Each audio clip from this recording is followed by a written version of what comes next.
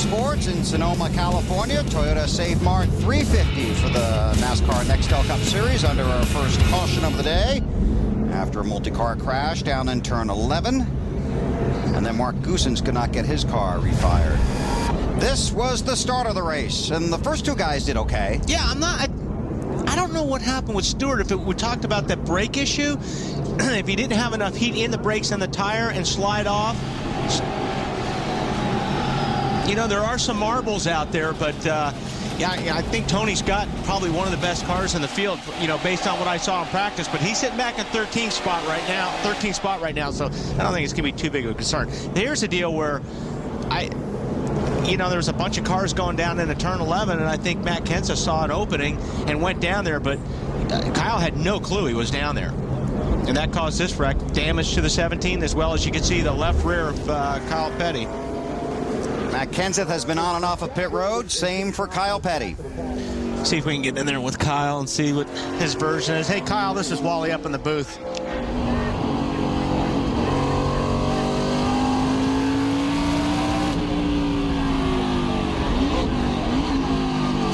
That's about where the radio is in that door, so we may have killed the radio. Jeff Gordon on and off of pit road. Lindsay? Bill, Jeff Gordon came in. It was quick, gas only. He said his car's pretty loose. Steve Letarte got on the radio and said, I told you this would be fun. Gordon said, yeah, you're right. Ralph.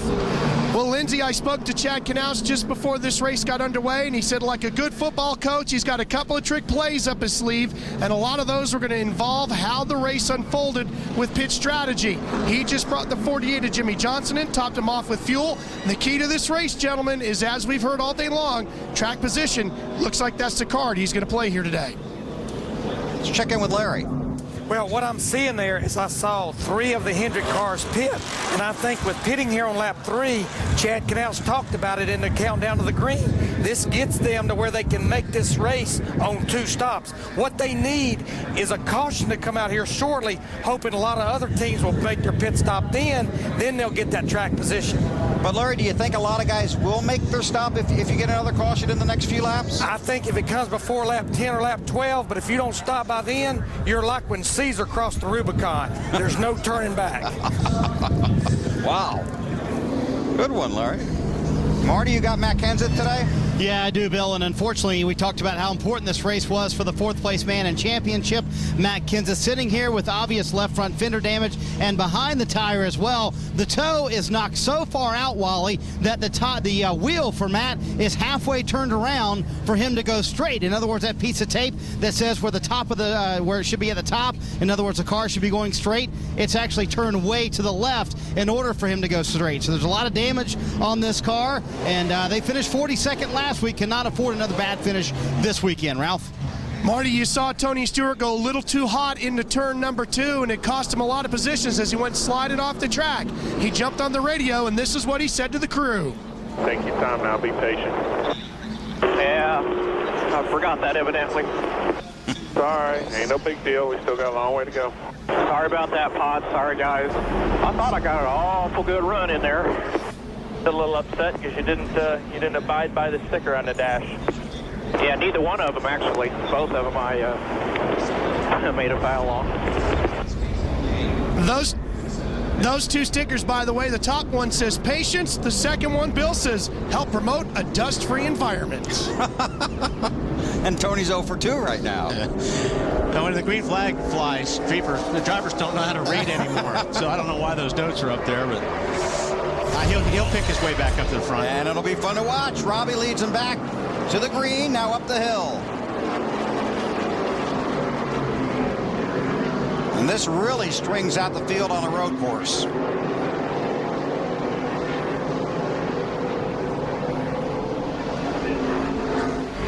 On board with Robbie, looking back at Junior, down the hill to turn 4. An update on the race leader from Matt.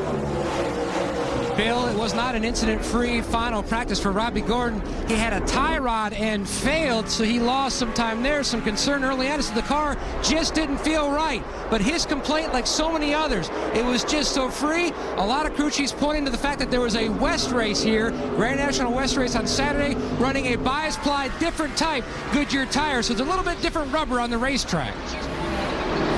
And that can be a very sensitive issue for these cars. This track notoriously doesn't have a lot of grip, and then with this new car, it's even more of a factor. Yeah, and when you run that a different tire. Ooh, there, Burton trying to get underneath Boris said, shut the door, and you'll see that a lot down in that corner. When you're taking a car down there and you're driving and you look up in that mirror, if you think the guy behind you is going to pull out, you may just make a block a little bit. So you'll see a lot of mirror driving in turn 11.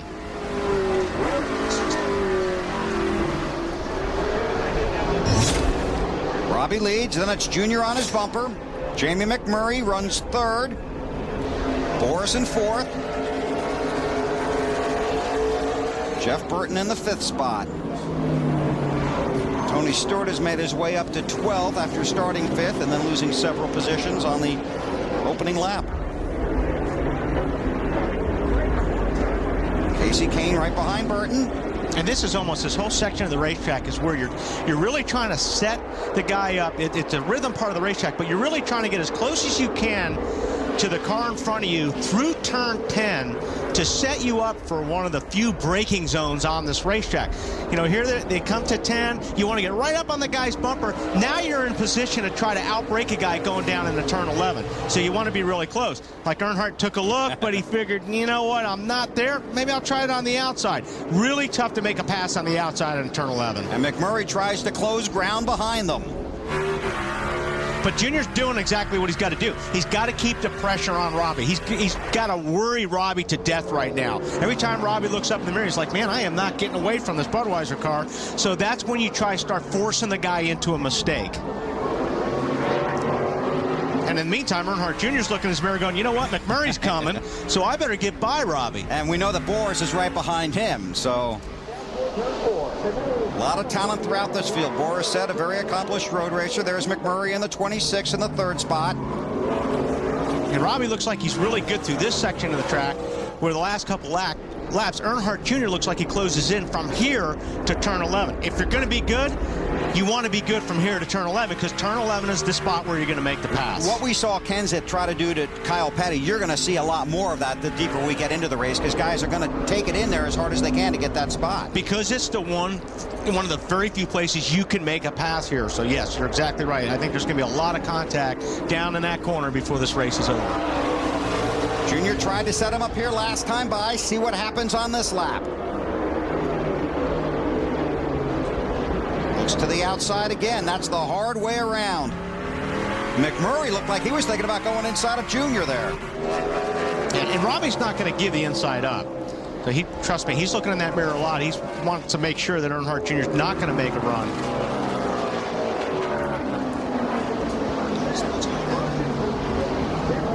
Junior continues to work over Robbie, trying to get the lead.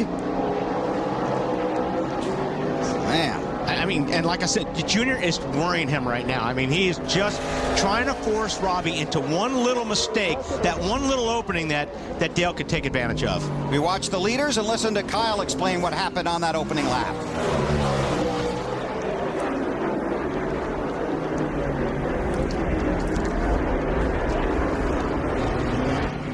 All right, in the booth, that was a little bit of excitement for the first lap, was it not? A little bit more excitement than I wanted in the corner that I was not anticipating. 10-4, man, 10-4. That was Kyle under caution. He said he wanted to get through the first turn in the first lap. A lot of traffic right down here in 11. There's that number 20 Chevrolet. Picking up spots. Yep, see Fellows there, the 96 car as well. Again, Tony Stewart started fifth. And see, I think that was a case where Sadler looked up in the mirror, saw Tony was coming, Tony was faster. Didn't even really push the issue on trying to make a block. Stewart up to the 9th spot. Robbie Gordon continues to lead. Earnhardt Jr. chasing. Jamie McMurray runs third. Early laps at Infineon Raceway in Sonoma. Race strategy starting to play out early here in Sonoma. Here's our AT&T Race Talk question. Which driver do you think will perform best this weekend? None of these gentlemen running the whole series. Terry Labonte in for Michael Waltrip this week. Text the word race to 191 on your AT&T wireless phone, and we'll have the results for you later in the race. Let's see. Tony Stewart is now running in the 39th position, and that's because he pitted. Came to pit road on lap 9. Robbie Gordon continues to lead. Earnhardt Jr. second. McMurray still third. Larry, how's your voice and your calculator? Well, I don't know about my voice, but I saw J.J. Yaley, Tony Stewart's teammate, hit pit road on lap 8. And just Tony Stewart on lap 9 hit pit road. And what that tells me now, Brett Pizzatelli try to make 3 runs in about 33 to 34 laps to get to the end of this. See how it all plays out for him. Ralph, you got Tony today, right? That I do, Bill, and that is all about strategy, bringing that 20 Home Depot car down pit road right now. I talked with their crew. They are convinced from this point on they can make it to the end of the race with just 2 more stops. That'll be a big key. So Stewart deep in the field now, basically all by himself on the track. Which is not a bad thing. I mean, if the run strategy, you know, he's going to run some really good laps here.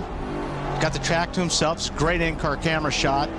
Pointed towards the driver. You can see how much a driver works around this place. You know, you don't shift here as much as you used to. I think when qualifying, we're talking about, you know, some of the guys, a lot of them don't even get into 4th gear on this racetrack anymore.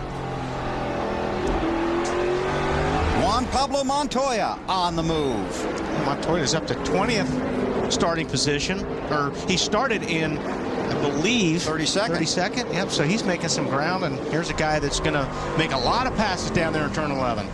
Marty? 32nd to 20th, as you guys mentioned, for JPM so far. He is one of those guys, Wally, as you say, not using 4th gear either. He's using 3rd gear in the fast parts of the racetrack. What that does give them the advantage of, what he used just a moment ago, as you saw off of that last turn, he's in 1st gear. Some guys are in 2nd. He gets that pull. I asked him about his qualifying lap where he qualified 32nd. He said, you know what? I simply choked. You know, Chip Ganassi was here. The media was asking me about it. I just didn't have the lap I could have had in qualifying, but during practice, and so far in the race, very happy with his 42 car. He's going to go to the front. Can he get to all the leaders, though? Thanks, Marty. On the Move is brought to you by Principal Financial Group. We'll give you an edge. Jimmy Johnson, Jeff Gordon moving forward after starting deep in the field. They've also been on pit road. And you know, Marty, his car looks very good, and where you can see Montoya making up a lot of ground on these guys is under braking. Now, you just saw him smoke his brake. That you're going to see a lot from the drivers in the cars that really get aggressive with the brakes. But that's how you really make up time driving on a road course. If you want to be really fast on a road course, you've got to drive these cars in deep. As we look at the 14 car, Sterling Marlin obviously has a problem. Load up, I think, Slugger. And I don't believe he's going to make it all the way back to the pits unless he gets down on that service road. Yeah, he can get off the course here if he continues to go straight. Right there. Jeff Gordon back on pit road. Now, he was in once, right? Lindsay, this is their strategy coming to them, isn't it? You guys, 4 tires.